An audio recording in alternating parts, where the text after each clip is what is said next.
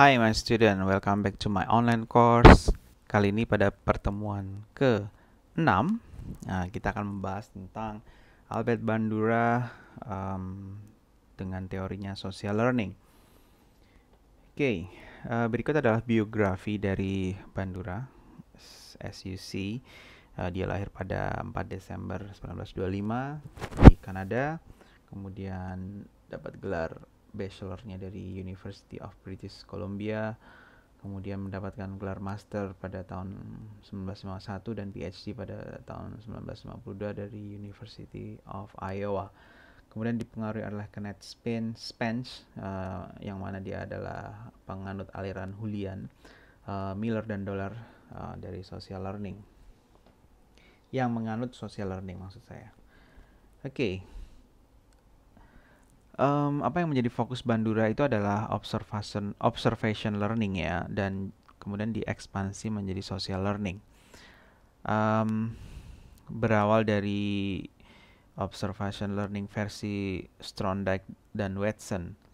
Jadi sebenarnya observational learning itu sudah ada sejak zaman Plato dan Aristoteles ya. Jadi selama berabad-abad observation learning itu diterima begitu saja tanpa ada verifikasi fakta atau riset-riset yang aktual gitu ya terkait dengan konsep dari belajar mengamati, kira-kira seperti itu. Nah, kemudian atas dasar keresahan-keresahan itu, Strondyke pada tahun 1898 melakukan eksperimen terhadap kucing, ayam, dan anjing. Dan dia mengamati gitu kan ya, kucing yang diletakkan di dalam sangkar, kemudian kucing tersebut bisa keluar dari sangkar dengan menarik-narik secara random ya, tuas dari pintu itu, kemudian dia bisa keluar dengan iming-iming makanan yang ada di luar. Kemudian ada kucing lain diletakkan atau ditempatkan dekat dengan kucing yang ada di sangkar itu, disuruh melihat cara bagaimana kucing tersebut bisa keluar dari sangkar. Itu nggak ada efeknya gitu ya. Jadi dia menyimpulkan bahwa betapapun lamanya hewan melihat hewan lain yang lebih pintar, tampaknya hewan naif itu tidak bisa mempelajari apapun. Ini kesimpulan dari Strondyke tahun 1898. Dan Strondyke menggunakan hewan yang lebih cerdas mungkin ya, monyet ya, atau simpanse, dan tidak melihat hewan ini memiliki kemampuan belajar melakukan sesuatu setelah melihat hewan lain melakukan sesuatu. Itu adalah kesimpulan dari Strondyke. Kemudian Watson pada tahun 1908, belajar tuh hanya berasal dari direct experience, bukan dari vicarious experience. Artinya, belajar itu terjadi sebagai hasil dari interaksi seseorang dengan lingkungan, bukan dari hasil pengamatan terhadap interaksi orang lain. Ya. Jadi masih ingat ya konsep tentang vicarious experience. Jadi kita belajar membayangkan, mengimajinasikan gitu kan ya, dari pengalaman yang vicarious, yang tidak nyata gitu kan ya, dan kita bisa mempelajari itu teori tentang vicarious. Tapi Watson tidak meyakini itu ya. Dia meyakini seorang tuh belajar dari direct experience. Kemudian ini adalah observation learning versi Miller dan Dollar. Miller dan Dollar pada 1941 berbeda dengan Strondyke dan Watson, yaitu jika imitative behavior diperkuat, ia akan diperkuat seperti jenis perilaku lainnya. Nah, jadi kalau perilaku imitasi itu diperkuat, atau ya imitasi itu artinya dia melihat perilaku orang lain ya, kemudian ditiru perilaku tersebut, nah kemudian diperkuat, nah maka itu bisa menjadi semacam dalam tanda kutip instrumental conditioning gitu ya. Nah ini menurut Miller dan Dollar. Kemudian ada 3 kategori perilaku imitatif gitu ya menurut Miller dan Dollar. Yang pertama adalah same behavior, misalnya seperti tertawa, tepuk tangan, stop light gitu ya, ketika ada lampu merah ya semuanya berhenti, itu imitatif. Kecuali Anda terobos, berarti Anda tidak melakukan perilaku imitatif gitu ya. Kemudian ada coping behavior, tanggapan korektif instruktif lukis gitu ya. Jadi ketika Anda mengcopy lukisan gitu ya. Nanti ada tanggapan korektif dari instrukturnya itu. Kemudian match behavior atau dependent behavior, yaitu perilaku kakak yang mendekati ayah dan dikasih permen ini akan ditiru oleh adik. Nah, perilaku dipertahankan dengan penguatan. Nah, itu ya. Nah, itu 3 kategori perilaku imitatif. Dan yang ketiga ini kan ada match dependent gitu ya. Jadi dia mencocokkan dan ada dependentnya. Dependentnya itu apa? Ya itu tadi, ada penguatnya tadi ya, dikasih permen tadi itu.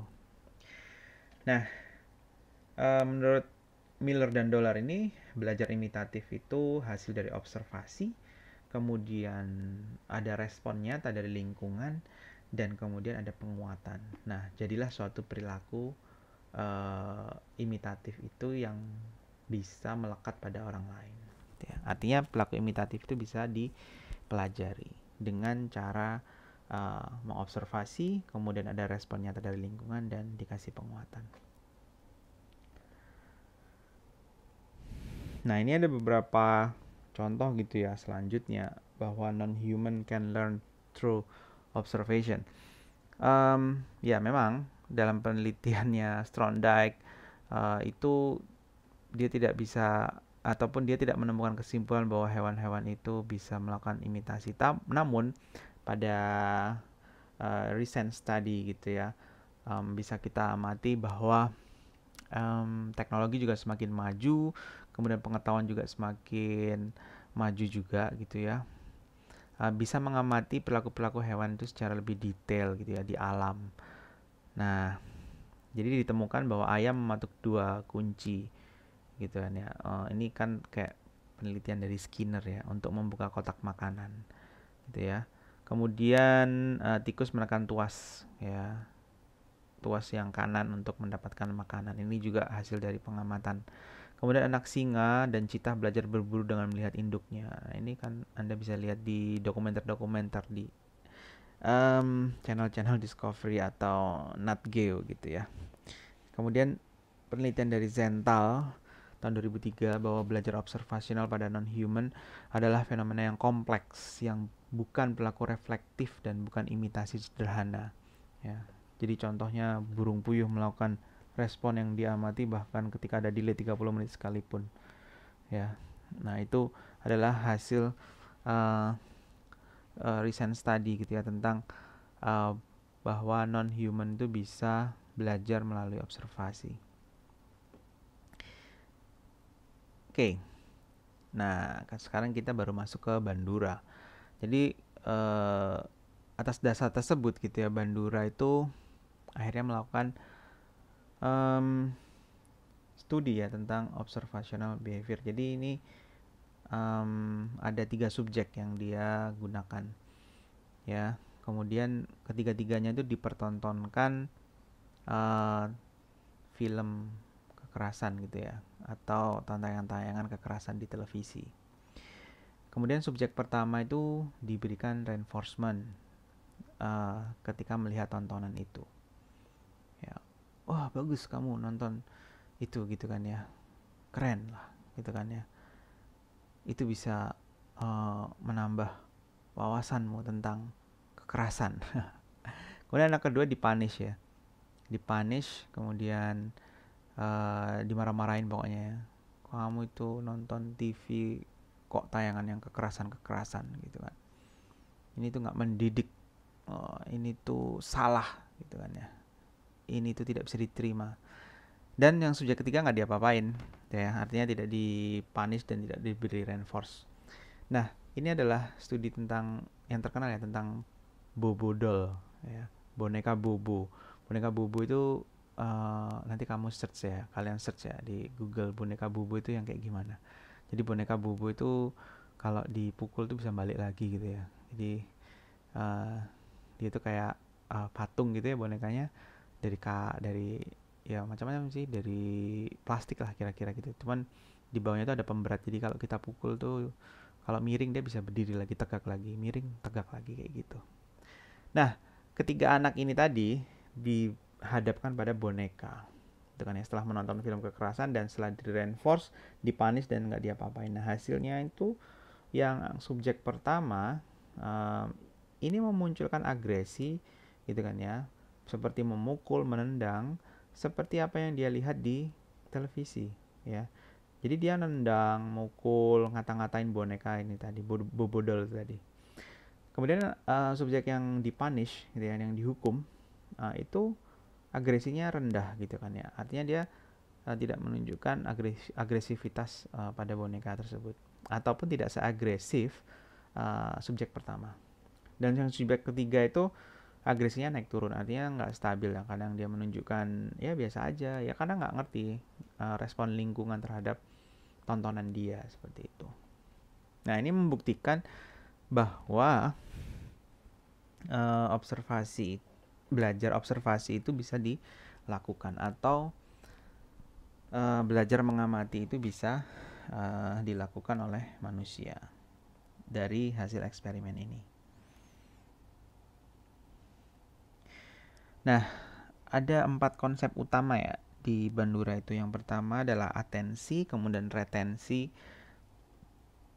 yang ketiga adalah behavioral production process, dan yang ketiga motivasional. Yang pertama adalah atensional gitu ya. Nah, di situ tuh individu atau manusia itu mengamati. Ya, jadi butuh fungsi sensori yang baik. Jadi seperti mata, telinga, kulit, apapun lah indera dalam manusia itu dibutuhkan untuk proses atensi. Dan karakteristik model pada atensi ini sangat berpengaruh. Nah, atau karakteristik orang yang diamati, gitu kan, yang diobservasi itu berpengaruh. Nanti akan saya jelaskan di slide berikutnya, ya. Kemudian yang kedua adalah retensi atau retensional. Jadi menarik informasi yang penting diingat dan disimpan dalam memori. Informasi ini disimpan dengan dua cara, secara imajiner dan secara verbal. Jadi diingat gambarannya itu seperti apa, perkataannya itu seperti apa. Nah, itu ditarik informasi-informasinya. Ya, imajinatif. Jadi imajinatif atau imaginal ini tadi adalah gambaran tentang hal yang dialami model yang dapat dilakukan lama setelah belajar observasi. Sedangkan verbal ini kerumitan perilaku dapat ditangkap baik oleh kata-kata. Ya, jadi misalnya mengingat jalan dengan memberikan kode-kode gitu ya, red life gitu ya. Itu misalnya Anda tiru dari seorang model gitu kan ya, retensi ya. Misalnya Anda meniru cara bicara tokoh yang Anda ataupun idola Anda gitu kan, itu juga saja terjadi ya, gayanya, kemudian kata-katanya. Nah, itu menarik informasi penting, kemudian disimpan dalam ingatan ya. Jadi setelah ada proses pengamatan yang membutuhkan indera-indera 5 indera gitu ya kira-kira. Nah, kemudian setelah itu informasi-informasi yang diamati dari sensori itu disimpan gitu kan, menarik informasi-informasi penting. Apa aja sih informasi-informasi penting gitu kan ya. Nah, selanjutnya baru behavioral production process. Jadi menentukan sejauh mana hal-hal yang telah dipelajari akan diterjemahkan dalam tindakan.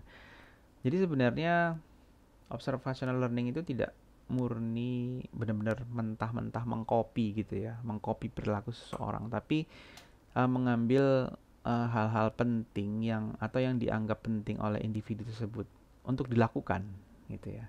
Jadi tidak semuanya itu di-copy karena benar-benar mengcopy plug itu juga menjadi sangat aneh kan ya. Anda bisa lihat seorang yang benar-benar mengcopy perilaku orang lain plug 100% itu akan menjadi sangat aneh ya. Jadi memang di situ ada hal-hal yang dieliminasi, yang dianggap tidak perlu, karena juga mungkin keterbatasan sensori manusia juga ya untuk menangkap apa yang ingin dicontoh dari orang tersebut. Kemudian yang keempat adalah motivasi gitu kan ya. Motivasi ini ada dua fungsi penguatan, jadi menciptakan ekspektasi dan sebagai insentif atau penghargaan terhadap diri sendiri. Nah, perilaku yang didapat ini akan dipertahankan jika dapat penguatan yang positif, gitu kan ya.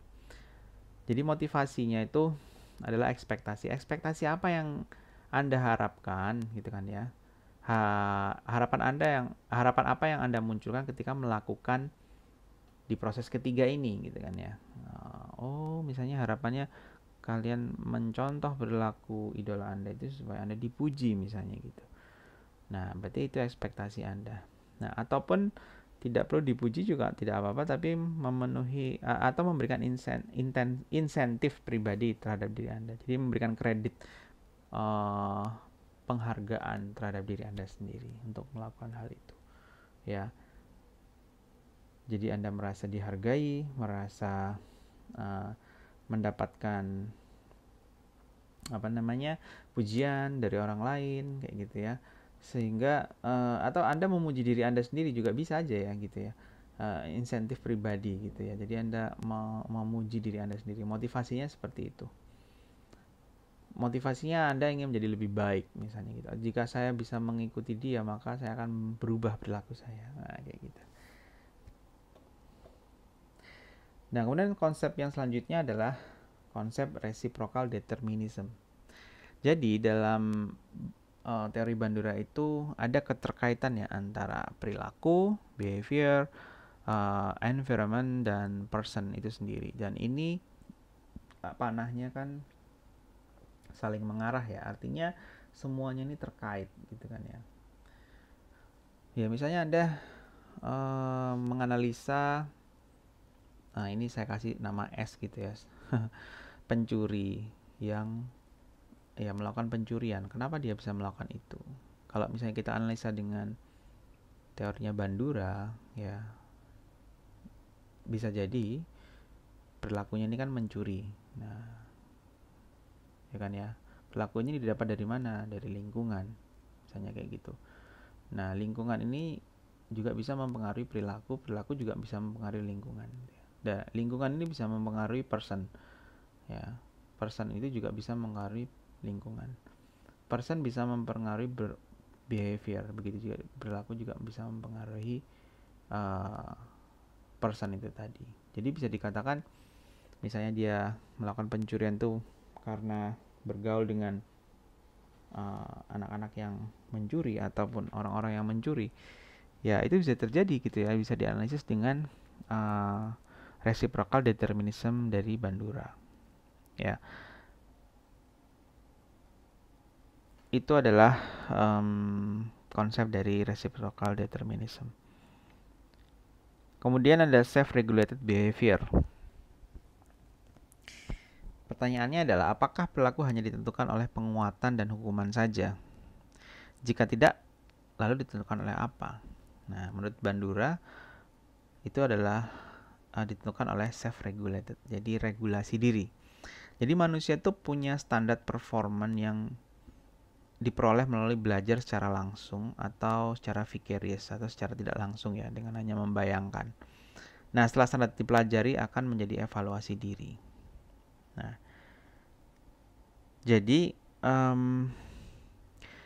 dari self-regulasi ini atau regulasi diri ini itu bisa menentukan perilaku manusia, gitu kan ya. Sejauh mana manusia itu punya standar, gitu kan ya. Artinya kalau standar itu bisa dipenuhi, ya dia akan lakukan. Kalau nggak bisa dipenuhi, akan dievaluasi. Misalnya Anda ingin IP-nya 4, gitu kan ya. Kemudian Anda belajar, kemudian IP-nya kenyataannya nggak sampai 4 gitu ya. Nah, sehingga Anda akan evaluasi ya. Akan evaluasi, kemudian mungkin standar akan Anda turunkan menjadi 3,5 misalnya gitu, atau 3 saja. Nah, sehingga itu bisa Anda jadikan motif untuk belajar Anda selanjutnya.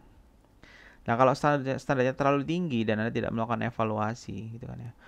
Anda standarnya 4, kemudian dapatnya 3,5. Anda paksakan lagi 4, ternyata dapatnya 3 malahan. Anda paksakan lagi. Wah, lama-lama stres gitu ya.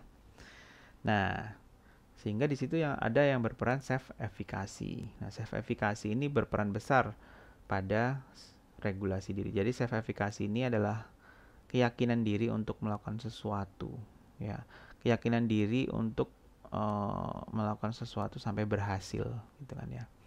Nah, tentunya self efficacy ini dilatar belakangi oleh pengalaman keberhasilan sebelumnya gitu ya. Kalau Anda tidak pernah mengalami pengalaman keberhasilan, maka tidak akan muncul efikasi.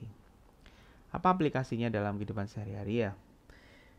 Ada mahasiswa yang ketika lulus S1 itu sangat yakin dengan dirinya gitu ya. Artinya dia menjadi lulusan yang valuable, nggak takut cari kerja. Dia akan yakin kalau dia bakal diterima. Karena apa? Pertama, mungkin dia itu sering mengikuti kejuaraan-kejuaraan ataupun mengikuti perlombaan-perlombaan, di mana dalam perlombaan itu dia berhasil gitu kan ya, atau menang. Nah, itu akan meningkatkan kepercayaan diri, keyakinan diri untuk melakukan sesuatu itu dan berhasil gitu kan ya. Nah, sehingga untuk menghadapi obstacle berikutnya ataupun rintangan-rintangan selanjutnya, dia itu akan punya self efficacy yang tinggi untuk menyelesaikannya. Ya. Nah, Anda juga bisa lihat di atlet-atlet misalnya gitu ya, bahwa atlet yang lebih senior itu akan punya self efficacy yang lebih tinggi daripada atlet yang junior gitu kan ya. Itu karena apa? Atlet senior lebih ya mungkin dia lebih banyak punya prestasi dan bisa menghadapi pressure, menghadapi apa namanya? Menghadapi tekanan ya, stres gitu ya ketika pertandingan daripada yang junior gitu kan ya. Nah, sehingga dia punya keyakinan diri untuk bisa berhasil dalam melakukan sesuatu. Nah, sertifikasi ini juga ada yang lebih spesifik ya, yaitu mengenai sertifikasi akademik. Nanti Anda bisa baca sendiri gimana sih sertifikasi akademik itu. Dan ini sudah banyak diteliti juga. Nah, yang ketiga yang ingin saya jelaskan adalah modeling. Ya, jadi modeling tentu dalam belajar observasi itu harus ada model ya, ataupun sosok yang dicontoh ya. Jadi merupakan beberapa bentuk perilaku ya yang kemudian diikuti oleh performance atau perilaku yang sama oleh organisme. Yaitu modeling ya. Jadi definisi dari modeling itu adalah merupakan beberapa bentuk perilaku yang kemudian diikuti oleh performance ataupun dilakukan gitu kan ya. Yang sama oleh organisme itu tadi. Ya, ada beberapa cara pandang ya yang berbeda dalam mengartikan modeling. Yang pertama adalah belajar imitasi tadi dan belajar observasi. Kalau belajar imitasi ini menekankan pada aspek proses belajar seperti mengcopy perilaku, mencontohkan apa adanya tanpa didasari pengertian tertentu, jadi benar pure imitation. Ya, sama seperti tepuk tangan tadi gitu kan ya. Kemudian apa tadi contoh-contoh yang pure gitu kan ya. Nah, kemudian ada belajar observasi. Nah, ini lebih menekankan pada aspek-aspek atensi organisme pada stimulus-stimulus model di lingkungan. Adanya atensi organisme tersebut kemudian dipelajari faktor-faktor apa saja yang mempengaruhi persepsi organisme terhadap model. Jadi tidak semua itu contoh plek gitu ya. Kalau belajar observasi. Sedangkan belajar imitasi itu memang benar-benar mengimitasi. Seperti contoh cara menggambar gitu ya, cara mengoreksi itu bisa jadi sebuah imitasi gitu ya. Kemudian belajar sosial. Nah, kalau belajar sosial menekankan peranan yang dimainkan oleh individu-individu dalam interaksi antar individu. Ya, jadi ini lebih pada peranan ya yang dimainkan oleh person to person gitu kan ya, dan bagaimana dia berinteraksi. Kemudian ada belajar pengalaman ya, ini menekankan pada organisme sebagai pengamat ya. Mempertimbangkan tidak hanya bentuk-bentuk perilaku model tapi juga konsekuensi dari perilaku tersebut. Ya, jadi pertimbangan tersebut dapat membantu organisme membuat keputusan apakah perilaku model akan ditiru atau tidak. Nah, ini juga sama gitu kan ya. Ada yang lebih tajam lagi. Jadi belajar dari pengalaman itu kamu mengamati model dan mengamati perilakunya dan konsekuensi dari perilaku tersebut. Jadi lengkap ya. Pengamatannya lengkap sampai dengan konsekuensinya. Sehingga Anda bisa memutuskan akan meniru perilaku tersebut atau tidak ya. Contohnya misalnya dalam ada atlet tinju meniru uh, atlet tinju yang lain misalnya dalam bertanding, atlet tinju ini menggunakan power yang sekeras-kerasnya, gerakan yang secepat-cepatnya, dan ingin menghabisi lawan secepat-cepatnya. Nah, tapi ada konsekuensinya. Setelah itu di ronde kedua, ketiga, kalau misalnya lawannya nggak jatuh, ya dia yang keok gitu, karena staminanya sudah habis. Nah, jadi dia memperhatikan perilaku dan konsekuensinya. Nah, patut ditiru atau tidak? Nah, gitu. Nah, mungkin pertimbangannya melihat lawannya gitu kan ya. Kalau lawannya memang mudah ditumbangkan ataupun malah sulit ditumbangkan, jadi dia harus curi start di awal gitu kan ya. Dia harus menunjukkan stamina yang uh, lebih superior daripada lawannya sehingga dia bisa menjatuhkan lawannya di ronde pertama misalnya seperti itu. Perbandingan modeling dengan belajar yang lain. Nah, ini modeling versus classical conditioning. Jadi belajar modeling tidak meliputi diperolehnya respon, dan respon yang dipelajari bukan karena adanya stimulus khusus. Nah, itu ya. Ini perbedaannya. Kemudian yang kedua, modeling versus instrumental conditioning. Dalam modeling, respon organisme itu merupakan respon instrumental untuk mendapatkan penguatan. Nah, efek penguatan tersebut hanya sebagai motivasi, bukan penyebab terjadinya respon. Ya, jadi efek penguatan itu dijadikan motivasi. Jadi makanya tadi di 4 prinsip utama Bandura itu ada motivasional gitu kan ya. Nah, lagi-lagi ini adalah konsep baru dari behavior, di mana kalau kita lihat Skinner itu kan radikal bahwa manusia itu tidak punya kontrol terhadap diri sendiri. Tapi di Bandura meskipun dia pendekatannya behavioral, tapi di situ dia memasukkan aspek motivasi gitu ya. Artinya motivasi itu kan bisa muncul dari diri sendiri gitu kan ya. Nah, penguatan dalam modeling itu ada yang penguatan by the model, dari modelnya, dan ada penguatan dari diri sendiri gitu kan ya. Penguatan dari diri sendiri tentu ini semacam motivasi internal gitu ya, dan reinforcement by model ini adalah motivasi eksternal, kira-kira seperti itu. Nah, karakteristik modeling ini yang akan saya jelaskan yang kaitannya dengan slide-slide yang tadi, yang sebelumnya tadi. Itu yang paling powerful itu adalah yang pertama, adanya kesamaan model. Jadi kesamaan karakteristik model dengan pengamat. Nah, kalau misalnya karakteristiknya itu berbeda jauh, ya mungkin ya tidak akan terjadi modeling di situ gitu ya. Jadi kita akan meniru orang-orang yang similar gitu kan ya dengan kita. Ya bukan dari fisiknya saja, tapi lebih pada banyak hal ya, karakter, motivasi, tujuan hidup misalnya seperti itu, macam-macam. Kemudian status model bisa berupa posisi, jabatan, atau model dari model atau peran model gitu kan ya. Nah, jadi status model ini adalah yang bisa ataupun yang relevan untuk dijadikan model itu ada orang-orang yang punya impact ya kira-kira. Nah, impact itu bisa jadi dari orang yang punya jabatan gitu kan, bisa jadi dari model yang punya status gitu kan ya. Nah, atau peran yang dijalani itu seperti apa gitu ya. Itu baru punya impact gitu ya.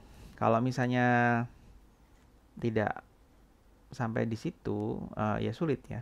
Orang tua itu juga bisa, sangat bisa dijadikan model gitu kan ya, karena impactnya bagi Anda itu luar biasa gitu kan ya. Nah, tapi kalau orang tua ini tidak bisa memberikan impact, ya sulit untuk dijadikan model gitu ya. Maka tidak heran juga banyak orang tua atau anak yang tidak menjadikan orang tuanya sebagai model. Nah, ini menjadi ironi. Yang ketiga adalah standar model. Jika model yang diamati cukup terhormat, maka pengamat tidak hanya mempertimbangkan perilaku nyata dari model, tapi juga standar performa yang ditunjukkan oleh model. Nah, itu juga menjadi standarisasi ya bagi individu untuk meniru. Jadi tidak hanya terhormat saja, tapi perilakunya itu juga terhormat apa enggak, kira-kira kayak gitu.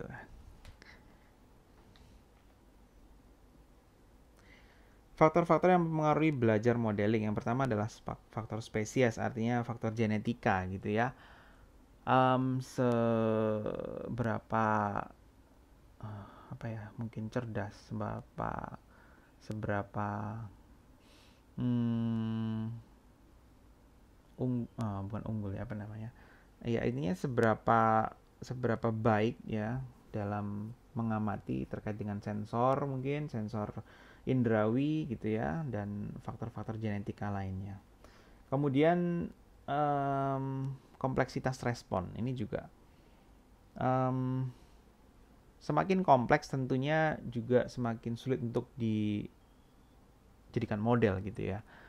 Nah, ini juga faktor yang bisa mempengaruhi belajar modeling ya. Keberhasilannya itu akan mungkin lebih tinggi ketika model yang ditiru itu tidak kompleks. Kemudian motivasi, ya, ini jelas. Jadi kalau motivasinya itu tidak ada, maka belajar modeling itu tidak akan terjadi. Nah, tugas di minggu ini seperti yang saya mention sebelumnya di pertemuan pertama adalah mencari jurnal nasional atau internasional yang menggunakan prinsip-prinsip dari social learning dari Bandura dan ya, atau observational learning dari Bandura. Ya, itu similar ya, observational learning atau social learning. Yang kedua adalah jurnal dipilih harus disetujui oleh dosen. Jadi kalian harus store dulu cepet-cepetan ke kami, ke saya atau ke Bu Uli. Gitu kan ya, nanti dibagi aja separuh-separuh kayak kemarin, atau gantian juga boleh. Kalau bosan sama saya bisa gantian sama ke Bu Uli gitu ya. Nah, setelah disetujui dan tidak kembar dengan kelompok lain, lakukan review dengan menganalisa beberapa poin berikut. Yang pertama yang harus dianalisa adalah latar belakang dari jurnal tersebut. Ya, latar belakang atau pendahuluan, gitu kan ya. Kemudian yang kedua adalah teorinya menggunakan teori apa ya? Tentunya menggunakan Bandura ya. Tapi Anda tetap review, gitu kan ya. Apa aja sih teori yang diungkapkan pada jurnal itu? Kemudian metode penelitiannya seperti apa? Ya. Metode penelitian yang digunakan kuantitatif kah, kualitatif kah, gitu kan ya, eksperimen kah, ya, subjeknya dengan cara apa dipilihnya, metode teknik samplingnya seperti apa, dan seterusnya. Dan yang keempat adalah hasil dari penelitian itu dan discussion atau pembahasannya seperti apa. Jadi 4 poin ini harus Anda diskusikan dan Anda review, gitu kan ya. Kalau bingung, bolehlah kalian tanya-tanya ke kakak kelas gimana sih caranya nge-review jurnal. Ya, setidaknya 4 poin ini Anda baca dan Anda simpulkan. Kira-kira seperti itulah mereview gitu ya. Tapi kalau Anda bingung, bolehlah Anda tanya-tanya. Oke. Kali aja dengan bertanya itu Anda menerapkan modeling gitu kan ya dalam review jurnal. Ya, sekian untuk pertemuan ke-6 ataupun minggu ke-6. Selamat belajar dan have a nice day. Bye.